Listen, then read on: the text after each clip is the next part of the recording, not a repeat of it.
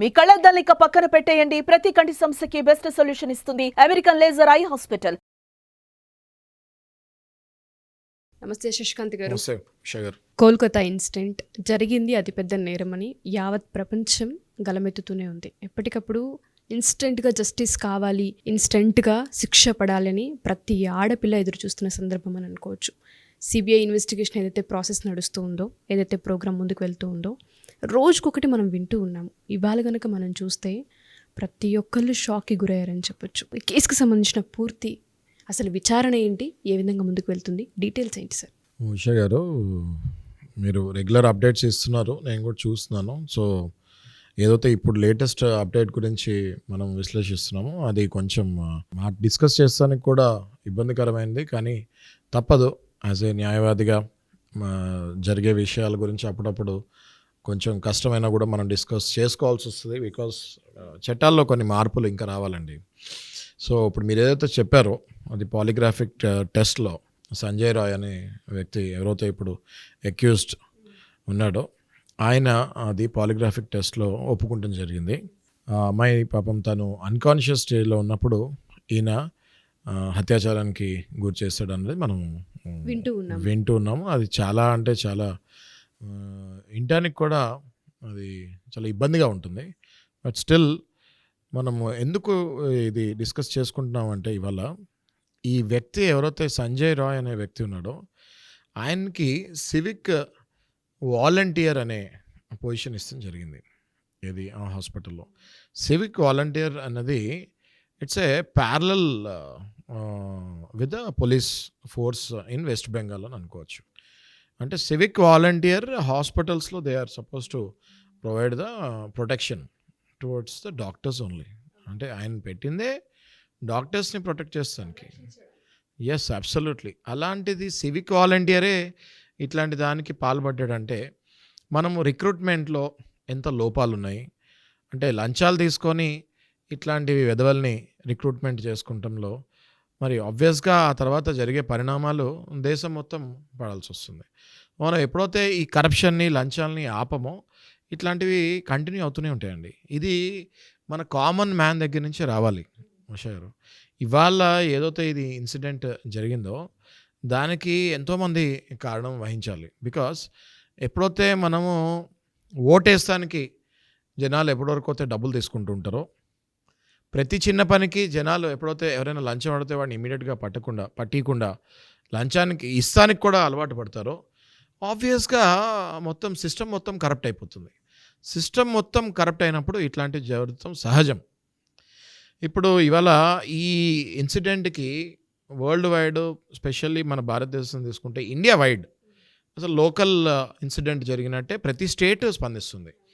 ఇంతకుముందు మీరు తీసుకుంటే మన ఇక్కడ దిశాద అయినప్పుడు మ్యాక్సిమం హైదరాబాద్, తెలంగాణ వరకు బాగా స్పందించింది. ఆంధ్ర వరకు తెలుగు రాష్ట్రాలు కాబట్టి బాగా స్పందించారు. వేరే స్టేట్స్లో ఇంత స్పందన రాలేదు. బికాస్ ఇప్పుడు ఏదైతే అంటే జనరేషన్స్ ఇంకా మనము 21st సెంచరీకి వచ్చేసరికి ఇంకా మన భారతదేశంలో ఏ అమ్మాయి కూడా ఇంకా ఇట్లాంటివి తీసుకుంటానికి రెడీగా లేరు. బికాస్ ఉమెన్ ఎంపవర్మెంట్ అనేది పెరిగిపోయింది మనకి. ఉమెన్ ఎంపవర్మెంట్ మీరు చూస్తున్నారు ప్రతి కార్యాలయంలో ఆర్ ప్రతి కంపెనీలో, ప్రైవేట్ కంపెనీలో ఆర్ మీరు ఐటీ ఇండస్ట్రీ తీసుకుంటే ప్రతి సాఫ్ట్వేర్ కంపెనీలో ఇవాళ అబ్బాయిల కంటే అమ్మాయిలే ఎక్కువగా ఉన్నారు. సో అమ్మాయిలకి ఎంపవర్మెంట్ పెరిగిపోయేసరికి ఇంక ఇలాంటివి అయితే వాళ్ళు తీసుకుంటానికి రెడీ లేరు. నేను చాలా ఫీడ్బ్యాక్స్ చూశాను, లేడీస్వి, అమ్మాయిలవి, వీళ్ళవి. ఇంకా they are not in a. కొంతమంది అంటున్నారు మేము రోడ్డు మీద మరి కత్తులు గన్నులు పట్టుకొని తిరగాలా అని అడుగుతున్నారు. మమ్మల్ని మేము కాపాడుకోవాలంటే వ్యవస్థ కాపాడట్లేదు మమ్మల్ని, మేము కత్తులు గన్లు పట్టుకొని రోడ్ల మీద తిరగాలని కొంతమంది అమ్మాయిలు నేషనల్ మీడియాలో చూస్తాం జరిగింది. అలా మాట్లాడుతున్నారు. ఆబ్వియస్గా ఇప్పుడు మనం ఎందుకు ఇంత స్పందించింది భారతదేశం మొత్తము అనుకుంటే, వాళ్ళ ఇంట్లో ఒక అమ్మాయికి ఇట్లా జరిగితే ఎలా ఉంటుంది అన్నది ఎంపతి ఎక్కువ పెరిగింది. ఇవాళ మీడియా పెరిగిపోతాం వల్ల, డిజిటలైజేషన్ పెరిగిపోతాం వల్ల, ఇది ఎగ్జాక్ట్గా ఎలా జరిగిందో ప్రతి ఒక్కళ్ళ గుండెల్లోకి వెళ్ళిపోతాం వల్ల వాళ్ళ ఇంట్లోనే ఒక అమ్మాయితోటి జరిగితే ఎలా ఉంటుందో, ఎలా రియాక్ట్ అవుతారో అంత ఖచ్చితంగా అలాగే రియాక్ట్ అయ్యి నేషన్ వైడ్ ఒక రివల్యూషన్ లాగా రాబట్టే దీన్ని సుప్రీంకోర్టు సుమోటోలాగా తీసుకుంటాం. సుప్రీంకోర్టు చరిత్ర తీసుకుంటే ఇంత త్వరగా ఇలాంటి కేసెస్ని సుమోటోకి తీసుకుంటాం అన్నది బహుశా ఇది మొట్టమొదటిసారని చెప్పుకుంటంలో అతిశయోక్తి లేదు. సో అట్లాగే మనం చూసుకుంటే ఇప్పుడు ఈ సంజయ్ రాయ్ యొక్క క్యారెక్టర్ మనం డిస్క్రైబ్ చేసుకుంటే ఇట్లాంటి సంజయ్ రాయలు చాలామంది ఉన్నారు ఉషా గారు. ఈ సంజయ్ రాయ్ దొరికాడు. ఇట్లాంటి సంజయ్ రాయలు మనకి రోడ్డు మీద ఇద్దరు కనిపిస్తూనే ఉంటారు. ఇప్పుడు నార్మల్గా మనం డిస్కస్ చేసుకుంటే ఉషా గారు, ఇప్పుడు యాజ్ ఏ మహిళ ఉండి ఓకే, మీరే బయటికి వెళ్ళినప్పుడు ఏదో సూపర్ మార్కెట్కి వెళ్ళినప్పుడు, లేకపోతే ఏదో థియేటర్కి వెళ్ళినప్పుడు, లేకపోతే ఇంటి చివర ఏదైనా కొట్టుకెళ్ళి ఏదైనా కొనుక్కోవాలనుకున్నప్పుడు, లేకపోతే మీరు ఆఫీస్కి వెళ్ళేటప్పుడు దారిలో మీరు ఇంటి నుంచి అడుగు బయట పెట్టగానే ఎంతమంది అబ్జర్వ్ చేస్తూ ఉంటారు, ఎంతమంది ఈవ్ టీజింగ్ చేస్తూ ఉంటారు, ఎంతమంది ఈలలు వేస్తూ ఉంటారు, ఎంతమంది అసహ్యంగా అశ్లీలంగా వర్ణిస్తూ ఉంటారు. మీరు ఎప్పుడు ప్రతి మహిళ ఈ వీడియో చూసే ప్రతి అమ్మాయి, ప్రతి మహిళ నేను చెప్పేది ఖచ్చితంగా ఫేస్ అయ్యే ఉంటారు. ఎప్పుడైతే మీరు ఒప్పుకుంటారా అండి ఇది?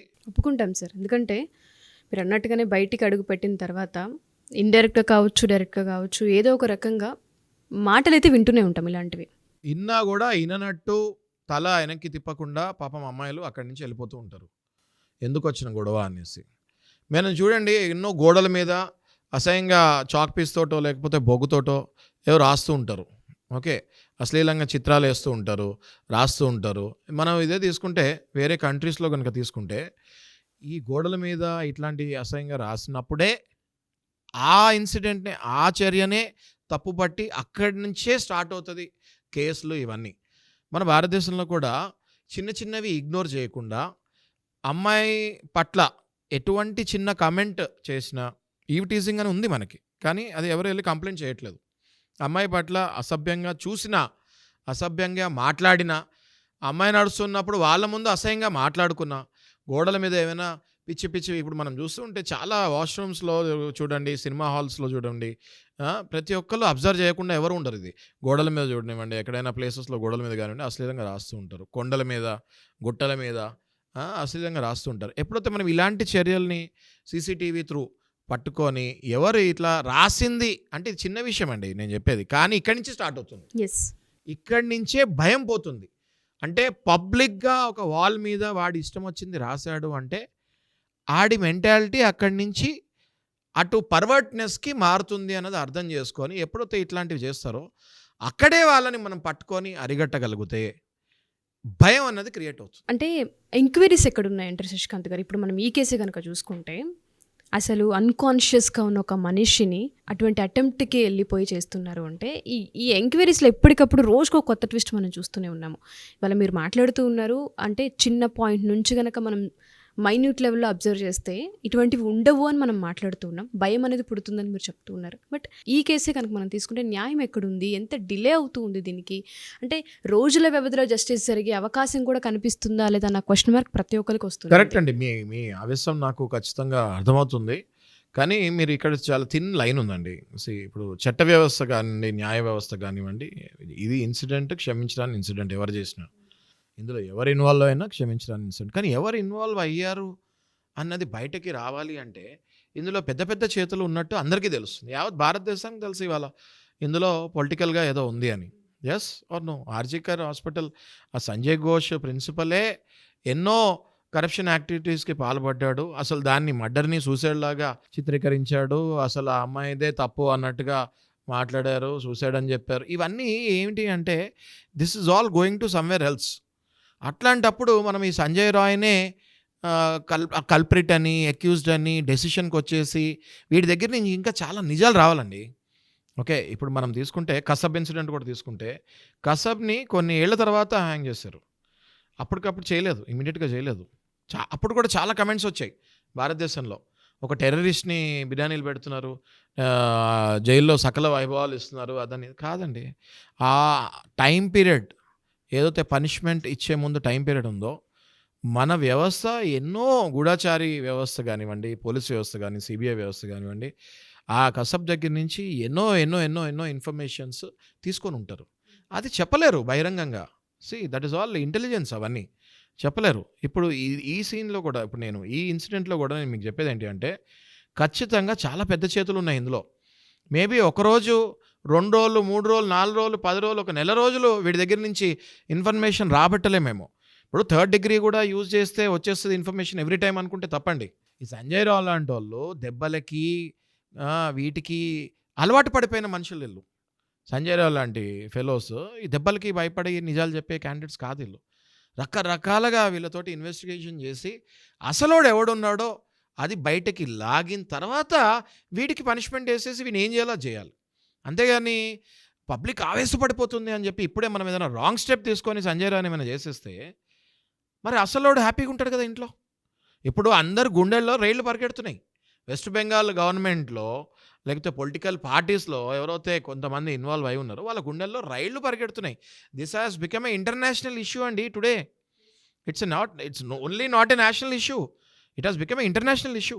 గతంలో ఇట్లాంటి పెద్ద పెద్ద ఇన్సిడెంట్స్ అయినప్పుడు ప్రపంచం మొత్తం భారతదేశాన్ని నింద వేయాలని ట్రై చేస్తారు. భారతదేశంలోనే ఎక్కువ ఇలాంటివి జరుగుతాయి అన్నది. ఎందుకంటే ఒక దేశం ఇంకో దేశం మీద నిందలు ఈజీగా వేస్తుంది, బికాజ్ అది రాయి వేసి కొడతామే కదా. సో ఇప్పుడు ఈ ఇన్సిడెంట్లో కూడా ఇది ప్రపంచవ్యాప్తంగా వెళ్ళిపోయింది. అందరి కళ్ళు మన వైపే ఉన్నాయి. ఇందులో మనం ఇన్వెస్టిగేషన్ చేసి అసలైన నేరస్తుడిని బయటికి లాగి వాళ్ళని పనిష్మెంట్ ఇస్తే యావత్ ప్రపంచానికి కూడా మన సందేశం ఇచ్చినట్టు అవుతుంది. కొన్ని దేశాల్లో ఇమీడియట్ 15 రోజుల్లో నెల రోజుల్లో పనిష్మెంట్ వేసేస్తారండి, ఉరిశిక్ష వేసేస్తారు. వితిన్ 15 days 20 daysలో ఉరిశిక్ష వేసేస్తారు. ఫర్ ఎగ్జాంపుల్ అదే రూల్ మనం ఇక్కడ కూడా పెట్టుకున్నాం అనుకోండి ఉషా గారు. వితిన్ 15 days 20 days ఆర్ 1 monthలో నిందితుడు ఎవరినో ఒకటి పట్టుకున్నాం మనం, ఓకే, వానికి ఉరిశిక్ష వేస్తాం అనుకోండి. అసలు నిజం ఎలా బయటకు వస్తుంది? అర్థం చేసుకోవాలి. మనం అందరం కూడా ఆవేశంలో ఉన్నాము, తప్పకుండా అది క్షమించడానికి నేరం. అది అందరికీ as a citizen of country నేను కూడా చాలా బాధపడుతున్నాను. ఏంటి మన భారతదేశంలో ఇంకా ఇలాంటివి జరుగుతున్నాయా? ఎవరైనా ఇంట్లో నుంచి మనం పంపించాలన్నా మనం కూడా సెక్యూరిటీ ఇంకా వెళ్ళాల్సిన పరిస్థితికి వచ్చేసాము. మళ్ళీ ఒక్కసారి దేశం మొత్తం భయపడింది. ఈ ఇన్సిడెంట్ తర్వాత అసలు హాస్పిటల్కి డాక్టర్స్ని పంపించాలి, ఇంటర్న్స్ని పంపించాలి అన్న భయం ఒకటి క్రియేట్ అయిపోయింది. ఇదే కదమ్మా, ఎనీ ప్రొఫెషనల్ అమ్మాయిలు కానివ్వండి, వాళ్ళు ఇంటర్న్స్ లాగా వెళ్తారు. ఇంటర్న్స్ లాగా వెళ్ళినప్పుడు ఎక్కువ ప్రాక్టీస్ ఎక్కువసేపు చేయాలని చూస్తూ ఉంటారు.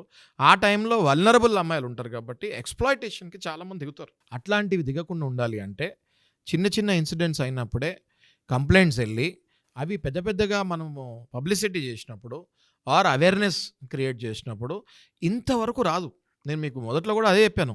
ఎప్పుడైతే అమ్మాయి బయటకు వచ్చి ఎవరైనా ఆకతాయి వెధవలు ఎవరైనా చిన్న కమెంట్ చేసినప్పుడే వాడిని అక్కడే పట్టుకొని ఉతికి పోలీస్ స్టేషన్కి వెళ్ళి కంప్లైంట్ వాళ్ళ ఇంట్లో వాళ్ళకి చెప్పి పోలీస్ స్టేషన్కి వెళ్ళి కంప్లైంట్ ఇప్పించి వాడిని తీసుకొని వచ్చి ఇప్పుడు చేసే పబ్లిసిటీ మీడియాలో ఎప్పుడైతే ఏదైతే మనం అవేర్నెస్ క్రియేట్ చేస్తాం మీడియాలో, అప్పుడు ఆ చిన్నదానికే అవేర్నెస్ క్రియేట్ చేస్తే గజ వణుకుతారు.